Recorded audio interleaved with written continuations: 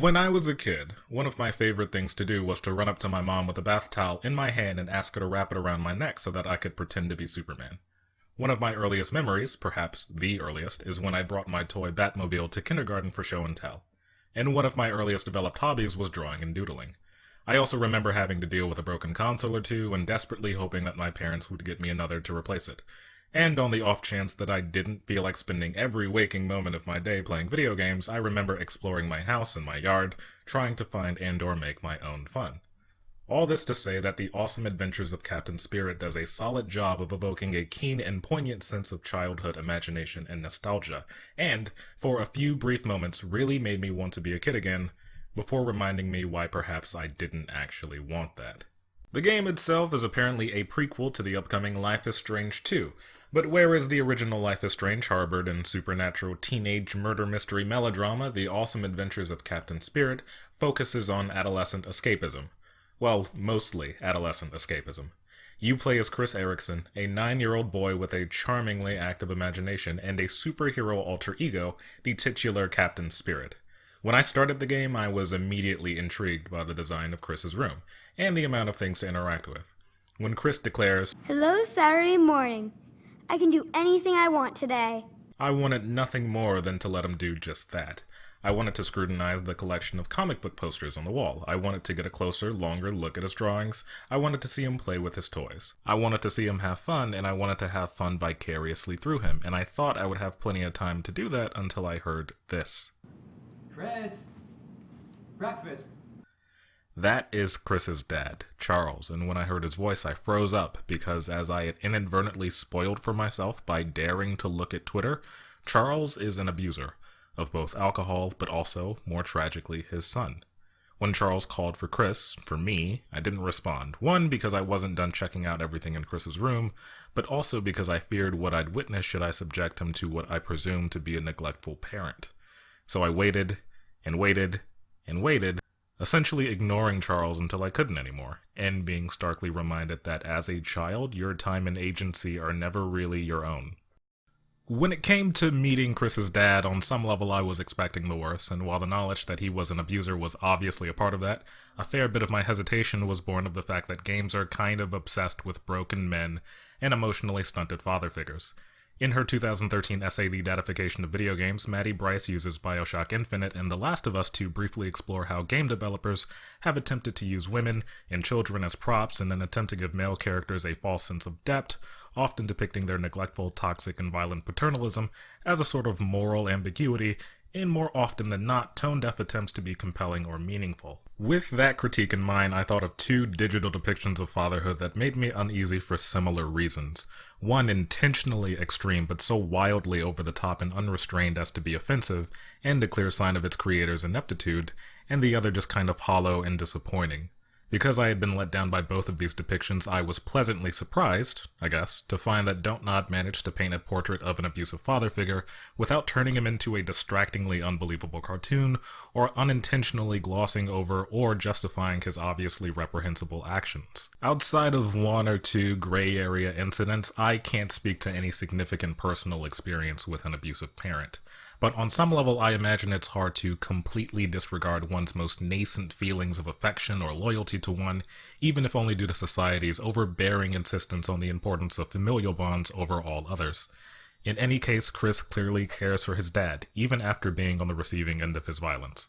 As Chris, you have multiple options when it comes to interacting with Charles, almost all of which involve trying to ingratiate yourself to him or just trying, in a losing effort, to grab his attention. "Dad, Yes, come on! Dad, Chris, I know what you're doing. Stop. Dad." My second favorite example of this is the instant macaroni and cheese you can choose to cook for him. Not because mac and cheese is any good, it's actually the worst, but because the process of cooking it is the game's way of teaching you to wait for things in real time, and suggests that there's probably something else you'll need to wait for too. This might not seem like much, but in a game where you can look at something, interact with it at the press of a button, and be instantly rewarded or gratified with a small cutscene or bit of dialogue, it's actually very important because it serves as a prelude to my actual favorite instance of Chris trying to get his dad's attention. This is going to take a minute. Or two. Literally.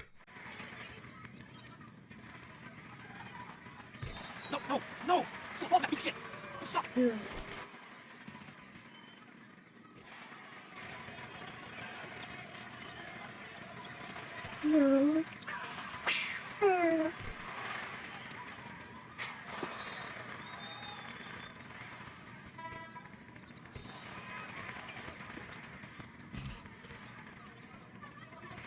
Oh yeah! Yeah, let's score, motherfuckers! Alright?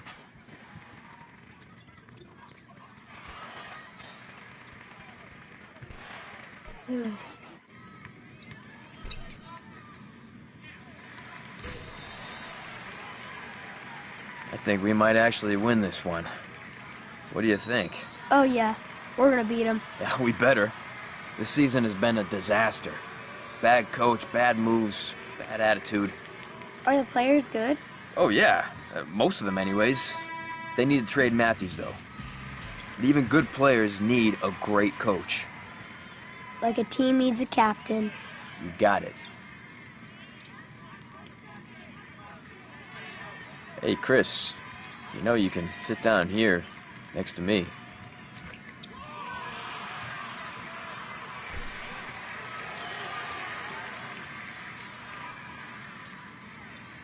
Hey, when we clear the snow away, I can show you some good throws. I think I still have some upper body strength. That would be cool. When I was your age, I was kind of a little guy. But I could always throw the ball. I always get picked last for the team at school. And they never throw the ball to me. Those little shits, they can't tell stories like you can they? No way. Look, not everyone is born to be a basketball star. Not even me. You're probably gonna change the world. I hope so. I know so. Hey, wait.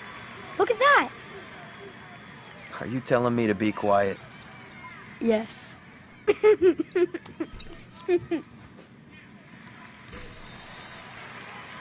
Only having to wait 2 minutes in real life for someone to pay attention to you isn't much, but in the game, that's an eternity spent waiting for what is arguably its most significant cutscene. Outside of doing the bare minimum it takes to care for his son, Charles' other priority is basketball, a sport that is clearly his greatest passion, as evidenced by the abundance of memorabilia from his high school career and his very, very angry shouting. What the fuck is this? Open your goddamn eyes! That was a goddamn carry! Chris doesn't have much of an affinity for basketball, but admires his father, and as such is perfectly willing to sit and watch it for a few minutes in the hope that doing so might bridge the gap between he and his dad. And it does. The shared experience of watching the game does eventually prompt Charles to talk to his son.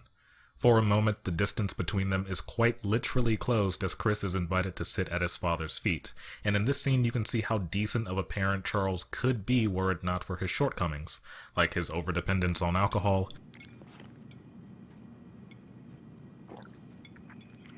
his defensiveness in the face of any criticism regarding that overdependence. You're drinking beer before you eat? Well, yeah, it's game day. Dads are allowed to drink early. Hey, I don't need a lecture from my son. Thanks. I don't drink that much. And his shirking of responsibility regarding his abusive behavior. Hey, is your arm okay? Looks better. Anybody ask you about it or say anything at all? I can give you an ice pack and maybe one of my pills. No pain and no swelling. Makes me sad that you got hurt. You see and hear Charles recognize and encourage Chris's imagination and creativity, and you can understand why Chris might still admire and want to be around his dad even after being victimized by him. You see what appeal the real world might have for Chris when he's done pretending to be Captain Spirit to escape from it, which makes it all the more tragic when, near the end of the game, the reality of his father's neglect comes crashing down on him. Just as affecting as the presence of Chris's father is the physical absence of Chris's mother, Emily.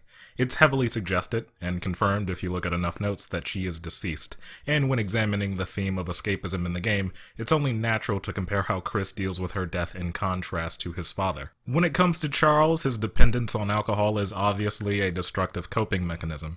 In a desperate bid to at least dull the memory of his wife, if not outright repress it, he drinks, and at least once tells Chris that bringing her up in conversation is not welcome. His reluctance in that regard is further illustrated once you realize there are no pictures of Emily around the house, but various belongings of hers, at least the ones he's bothered to take out of the garage, still remain, suggesting that Charles has taken steps to honor her memory in healthy fashion, but unlike his son, can't bring himself to fully commit.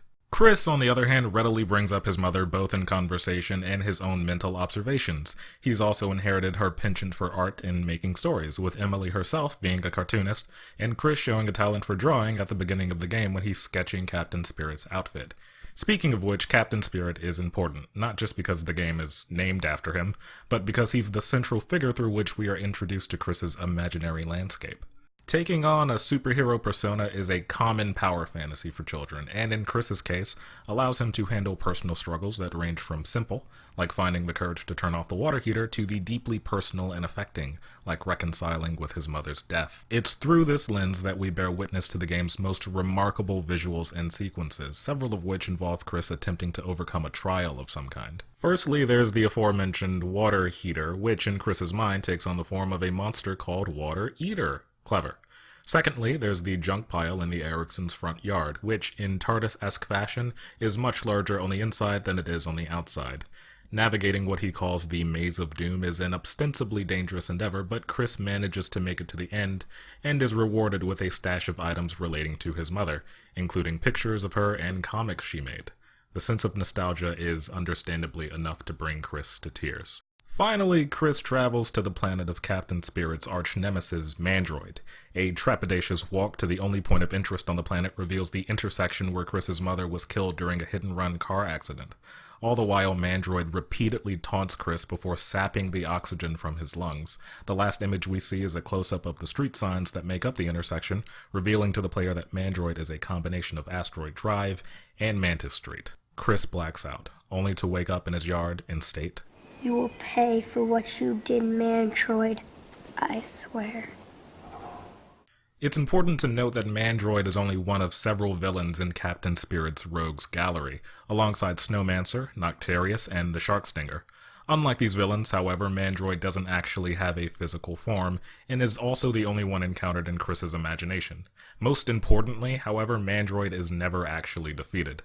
Water Eater, the Maze of Doom, Snowmancer, Noctarius, Sharkstinger, Chris overcomes them all with relative ease. Mandroid, however, being the symbolic representation of death, is a clear signifier that Chris still has yet to completely come to terms with his mother's passing. The noteworthy thing here is his willingness to engage with it in a relatively direct and healthy manner, which lies in stark contrast to his father's half-heartedness when dealing with the same subject. In the final sequence of the game, Chris wakes his father up only to find that the man can't even stand up straight. When the doorbell rings, Charles angrily tells Chris to answer and to close it if it's some salesperson or church group. It's not hard to tell, however, that Charles would prefer no one interrupting them, as he utilizes rather insidious rhetoric to convince Chris to keep quiet. Go answer. If it's some salesperson or some church group, you just close the door on them. It's nobody's business. This is our castle, and it's our family. Right? Right. It's nobody's business, this is our castle, and it's our family, are the kinds of manipulative statements a man trying to keep his abuse a secret would use to groom his victims with. And, in this case, Charles referring to their home as a castle is particularly treacherous, a subtle Machiavellian appeal to Chris's predilection towards fantasy. When Chris answers the door, he finds his teacher and next-door neighbor, Mrs. Reynolds, on the other side. All that stumbling Charles did, it wasn't quiet. Now, outside of being Chris's potential savior, Mrs. Reynolds is indicative of the fact that Charles' alcoholism is no secret amongst his neighbors or even Chris's peers. Multiple notes in the game hint at the far-reaching consequences and reputation of his addiction, including a letter of termination from his job as a basketball coach, a letter from Chris's grandparents revealing his participation in a bar fight, and the suggestion that he join a support group, and a letter from social services. As noted earlier, Chris still cares about his dad, and as demonstrated when he pleads with Mrs. Reynolds not to intervene, he'll go out of his way to protect him. Another letter in the game details Chris getting into a fight with multiple other boys who were ostensibly mocking Charles. Chris keeps this letter a secret, presumably to protect his father's feelings, but given everything we know about Charles, everything everyone seems to know about Charles, it isn't unreasonable to believe Chris hides the note to avoid another negative drunken mood swing, and thus more bruises on his arm. When you're done talking to Mrs. Reynolds, Charles flies into a drunken rage, belligerently unleashing his pent-up resentment, insecurity, and anger at Chris's feet. I tried. Man, I bet you want to tell her what a shitty dad you have. Huh? No, she just wanted to say hi. I didn't say anything, Dad. I swear. Dad, please believe me. Jesus, stop that whining. You're not a baby anymore. Oh, boo-hoo, Daddy. Believe me. Grow up. But You're just like your mom. Every time I look at you, every time you talk, Stop it. I see your face. Why? And if it wasn't for you, she would have never taken the car that day. Never. He attempts to renounce his words, but it's too little too late, as Chris runs outside with tears streaming down his face. In the midst of climbing up his treehouse, Chris falls, nearly to the ground, but is stopped at the last second by some unseen force, suggesting that Chris possesses his own burgeoning supernatural power. Cut to him waving at some neighborhood kids, fade out, that's the end, except, it isn't.